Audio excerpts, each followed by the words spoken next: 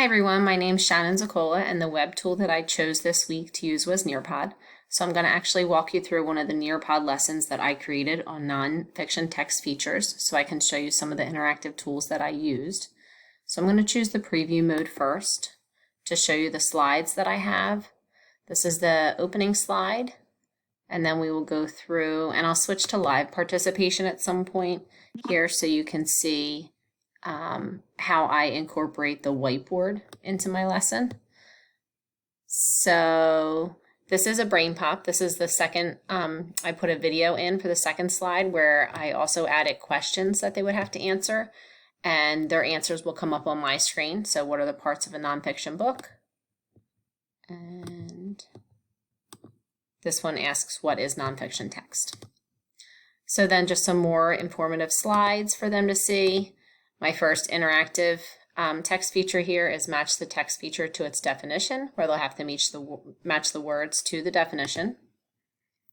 Here's a collaborative board. What is something you might find in a fact box? And then the students would type their answers down here and all their answers would pop up on my screen. So here we might want to switch to live participation, and I could incorporate the whiteboard. I'm going to show you how I would put that in. So after we're going through some slides here, I might want to stop and open my whiteboard, and I might want to ask the students a question, or I might want to just say, let's brainstorm, let's do a KWL chart. So I could do the KWL, and we would add some responses for what they know, what they want to know, and what they will learn at the end. So I'm going to close that out, and then I would go back to my slides.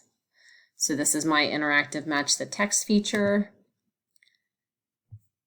This is the collaborate board where the students would type their answers in and I would approve them before they show up on the whole screen for the class. Some more slides, another collaborate board. Write a word you might find in a glossary and a weather book. Some more slides, informative slides, another interactive match the text feature to its definition. And if I go back to that one, I can show you the pairs here. So this is what the answers that they would have to match up: captions to that definition, labels, photographs, and maps. Some more slides. Another collaborate board. And then I could also, if I wanted to, because this down here tells me this is slide 14 out of 14, I might want to add an activity such as draw it, and then type to the students and say, draw me a picture of something.